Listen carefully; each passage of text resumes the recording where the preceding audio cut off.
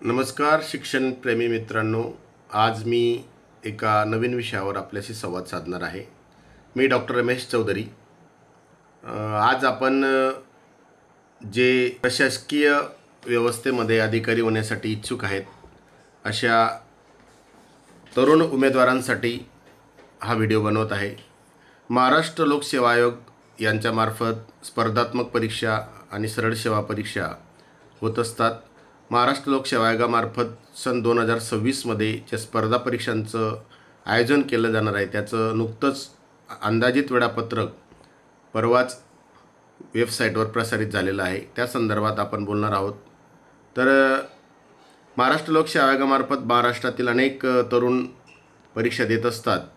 या परीक्षेसाठी मुलं 2-2, 3-3 वर्ष तयारी करतात, पण तरी परीक्षेच्या वेळापत्रकानुसार जर आपण व्यवस्थित अभ्यास केला तर निश्चितच आपल्याला यश मिळतं. राज्यसेवा मुख्य परीक्षा जी 2025ची आहे ती परीक्षा पारंपरिक आणि वर्णनात्मक पद्धतीने होणार आहे. जी परीक्षेची पूर्वपरीक्षा आता नुकत्याच पुढच्या महिन्यात म्हणजे 9 नोव्हेंबर 2025 रोजी होणार आहे. आणि या परीक्षेतून जे यशस्वी होणारे उमेदवार असतील, जे मुख्य परीक्षेला पात्र असतील, यांची परीक्षा ही जुलै 2026मध्ये होणार आहे. तर ही परीक्षा राज्यसेवा मुख्य परीक्षा 2025 आहे. ही मुख्य परीक्षा एकूण 35 संवर्गाची परीक्षा ही पारंपरिक आणि वर्णनात्मक पद्धतीने होणार आहे. तिचं वेळापत्रक दिलेलं आहे. या परीक्षेचं वैशिष्ट्य म्हणजे ही वेगवेगळ्या दिवशी या वेळेस अरेंज केलेली आहे. जसं की मुख्य परीक्षा 29 मार्च 2026ला पेपर 1 आणि 2 होईल. नंतर 5 एप्रिलला निबंधाचा पेपर, नंतर 18 एप्रिलला सामान्य अध्ययन 4 आणि 5 नंबरचा पेपर, परत 19 एप्रिलला 6 आणि 7 नंबरचा पेपर आणि 26 एप्रिलला 8 आणि 9 नंबरचा पेपर, असे 9 पेपरांचं वेळापत्रक दिलेलं आहे. आणि त्याचा निकालाचा महिना अंदाजित जुलै 2026 आहे. नंतर महाराष्ट्र वनसेवा मुख्य परीक्षा 2025 ही सुद्धा पारंपरिक आणि वर्णनात्मक पद्धतीने होणार आहे. तिचे वेळापत्रकसुद्धा मे महिन्यात दिलेलं आहे. याच्यामध्ये सहाय्यक वनरक्षक आणि वनक्षेत्रपाल या पदांसाठी ही परीक्षा होत असते. महाराष्ट्र वनसेवा मुख्य परीक्षा ही त्याच पद्धतीने पुढे कंटिन्यू होणार आहे. महाराष्ट्र स्थापत्य अभियांत्रिकी सेवा मुख्य परीक्षा इंजिनिअरिंग सर्व्हिसेसमध्ये ज्या येतात की सहाय्यक कार्यकारी अभियंता गट अ असेल, सहाय्यक अभियंता असतील गट अ ब, उपविभागीय जलसंधारण अधिकारी गट आणि ब साठी ही परीक्षा पारंपरिक वर्णनात्मक पद्धतीने 16 मे 2026 रोजी होणार आहे. महाराष्ट्र कृषी सेवा मुख्य परीक्षा कृषी अधिकारी गट अ ब या संदर्भातली परीक्षासुद्धा 16 मे 2026ला पारंपरिक वर्णनात्मक पद्धतीने होणार आहे. महाराष्ट्र गट ब अराजपत्रित सेवा संयुक्त परीक्षा, ज्याच्यामध्ये सहाय्यक कक्ष अधिकारी, राज्य कर निरीक्षक, पोलीस उपनिरीक्षक आणि दुय्यम निबंधक श्रेणी 2 यांची परीक्षा होत असते. ही परीक्षा मुख्य परीक्षा 17 मे 2026 रोजी होणार आहे आणि निकाल सप्टेंबर 2026मध्ये याचा अपेक्षित आहे. या परीक्षेला महाराष्ट्रातील खूप विद्यार्थी सहभागी होत असतात. त्यांना हा कालावधी निश्चितच उपयुक्त ठरेल. महाराष्ट्र गट क सेवेची परीक्षा संयुक्त परीक्षासुद्धा होते.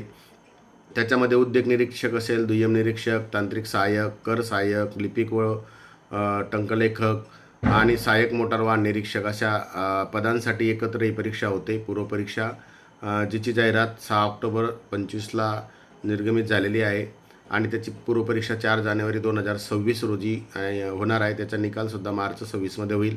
नंतर या परीक्षेच्या मुख्य परीक्षा जी आहे ती जून महिन्यात होणार आहे. पुढच्या दिवाणी न्यायाधीश कनिष्ठ स्तरच्या परीक्षासुद्धा याचे वेळापत्रक स्वतंत्रपणे जाहीर केलं जाणार आहे.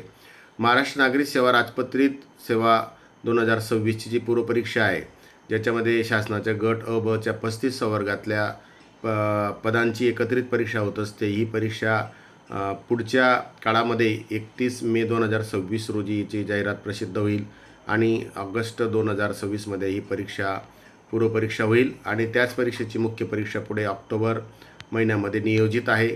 तर बरेचसे विद्यार्थी या परीक्षेची तयारी करत असतील तर त्यांनी यातला टार्गेट केला तर पुढच्या 1 वर्षभरामध्ये एकूण 35 वर्गाची परीक्षा असते. याच्यात उपजिल्हाधिकारी, उपविभागीय अधिकारी, त्यानंतर तहसीलदार, शिक्षणाधिकारी असे वर्ग 1ची अनेक पदं उपलब्ध असतात.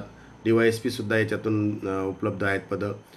तर या पदासाठी आपण जास्तीत जास्त विद्यार्थी सहभागी होतात, म्हणून यांनी प्लॅनिंगने तयारी करणं अपेक्षित आहे.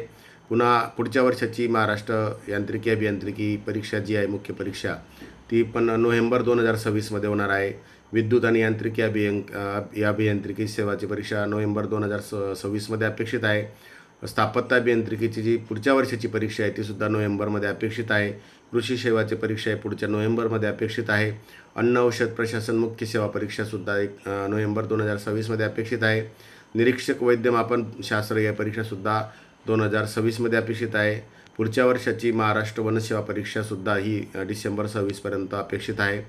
नंतर महाराष्ट्र गट ब जी राजपत्रित परीक्षा जी 2026ची आहे तीसुद्धा जून 2026मध्ये होऊन निकाल ऑक्टोबरपर्यंत लागणार आहे. आणि त्याच परीक्षेची जी मुख्य परीक्षा आहे तीसुद्धा डिसेंबर 26 आणि एप्रिल 27पर्यंतचं या ठिकाणी टार्गेट निकालाचं दिलेलं आहे.